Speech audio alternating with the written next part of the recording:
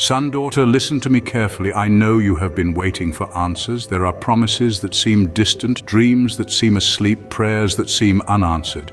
You have asked yourself if I am listening, if I am watching. Perhaps you feel the silence is too heavy to bear and the weight has turned into a dry and lonely desert. But today, I want you to know, waiting is not abandonment. Waiting is the ground where faith is cultivated, where roots grow deeper, where I shape you for what I have prepared for you. You must understand that every second of waiting has a purpose. Great things take time to happen. Look at my word and see the examples I left for you. Abraham, the father of faith, waited for years for the promise of a son. It wasn't easy. He had moments of doubt and tried to resolve things his way. But in the end, he understood that my promise does not fail. Isaac arrived at the right time, and through him, I fulfilled what I had promised. Joseph was another who endured waiting. He had great dreams I placed in his heart. But before they were fulfilled, he faced betrayal, injustice, and years of imprisonment. To the world, it seemed I had forgotten him, but I was working behind the scenes. Every day of imprisonment, every tear shed, every moment of loneliness was preparing Joseph for the place of honor I had for him. When the time came, he was exalted and could see that no waiting was in vain. And what about my people? For centuries, they cried out for the Savior. They waited amidst darkness, persecution, and pain. Some lost hope, but those who persevered saw the promise fulfilled. In the fullness of time, I sent my son, the Lamb who would take away the sin of the world. The greatest promise of all was fulfilled, proving that I never fail.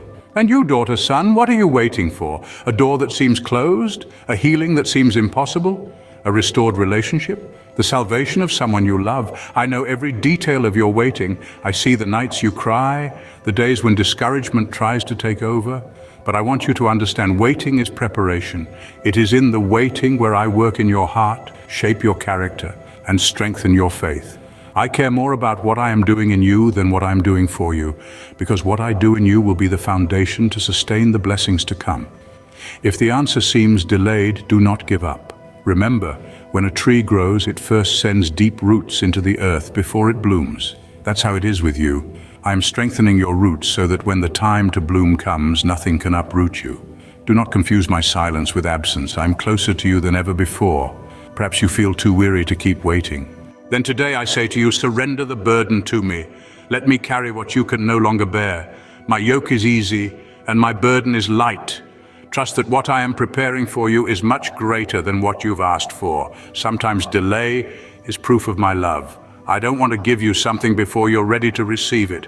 I don't want the blessings I have for you to become a burden. So trust me, even when you don't understand. Look at the flowers of the field, which are here today and gone tomorrow. Even so, I clothe them with beauty. How much more will I care for you? I will not abandon you.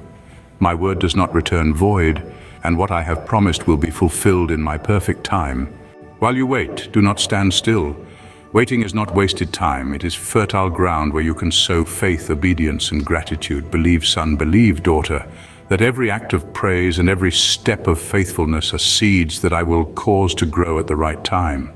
Seek my face during the waiting. It is like filling your lamps with oil, like the wise virgins in the parable. Be ready for the moment the door opens, because I not only fulfill promises, but I do so abundantly and unexpectedly. Abraham built altars while he waited. He worshipped me even without seeing the promise fulfilled. He didn't know when Isaac would come, but he knew who I am, and that was enough to keep his faith alive. Joseph, even in prison, kept a heart ready to serve. He interpreted dreams, helped others, and trusted me even when it seemed no one else remembered him. In the same way, you must act. Where are you today? What do you have in your hands? How can you be useful? Do not waste this time wishing for what is to come. Use it to be shaped by what I am doing in your life. My people in the wilderness kept crying out, and I heard every prayer. They learned to depend on me for daily bread, for water, even for shade by day and fire by night. Even in times of waiting, I was there, guiding and sustaining them. I want you to understand this is the time to trust me in every detail. Let me guide your steps. Grow in the knowledge of who I am. The more you know me, the easier it will be to see what I am doing. Son, daughter, build altars in your heart, altars of praise and gratitude. Do not let waiting harden your spirit or cool your love for me. Worship me not because you've already received, but because you know I am faithful and worthy. Serve where you are with what you have, knowing that nothing you do for me is in vain. Even if it seems small, I see your heart and your obedience. Waiting has eternal value. Every small act of faith and word of praise is like incense before me, and I do not ignore them. When the blessing comes, you will understand that waiting was necessary. If I gave it to you earlier, you wouldn't be ready for it.